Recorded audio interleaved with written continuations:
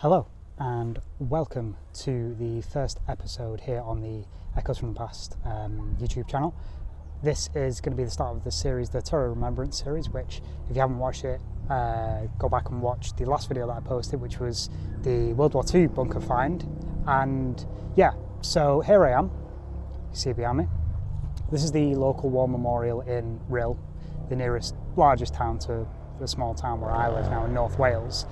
And it's a really, really beautiful, they call it the Rhyl Memorial Garden, and it's a really beautiful place. It's kind of set back from the main road, and it's just a nice, quiet, well, apart from obviously the background noise of the town, it can't be helped.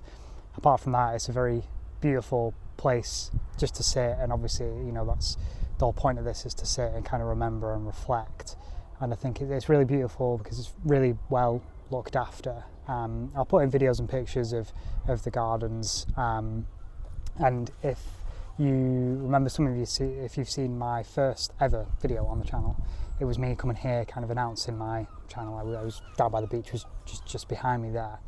So this is kind of, it's nice to come back here and do a proper video on this place rather than just kind of have it kind of loosely, be an introduction to this World War II channel that I've got going on here. So as you can see, the memorial's behind me there, and it's, even though it's only a small one really, like I was saying in my kind of introduction video to this idea, no matter how big the town, when you drive past these or walk past these, there will be a number of names. When I was on holiday recently down south in South Wales, I believe the memorial, I did some research, I didn't manage to get to it, but the memorial there only had about 5 names or so, but still, that's 5 families that were affected because of the war.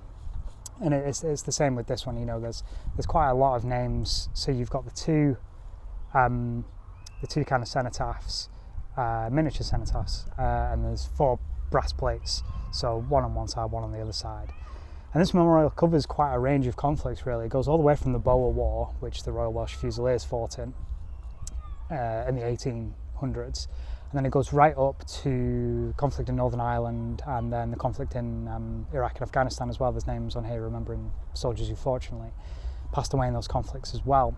So it's quite a broad range, as well as First World War and Second World War, obviously.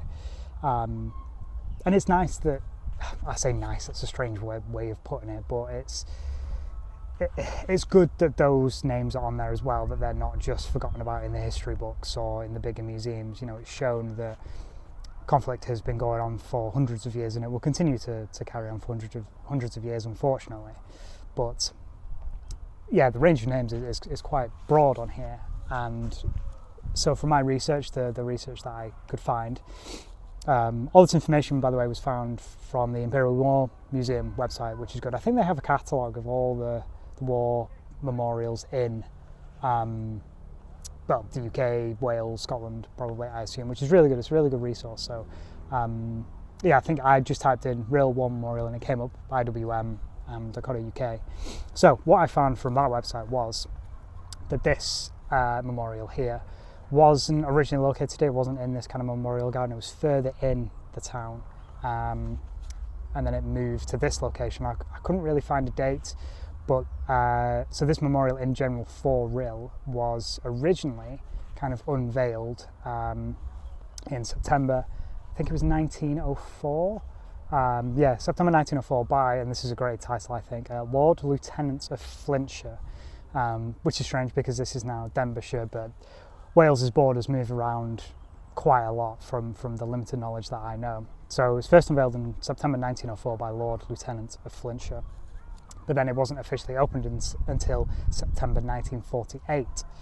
And after then it was kind of passed on to be taken care of by the local council, which it is now. And I actually noticed, I'll record a little close-up, up close.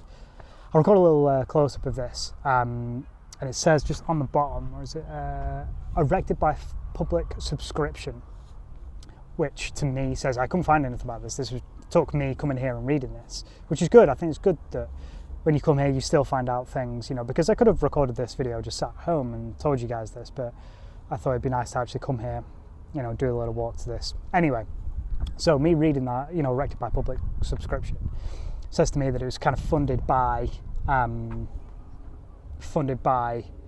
the public money sort of thing. Public funds were collected to, erect the war memorial, which is really good because clearly, I think back then the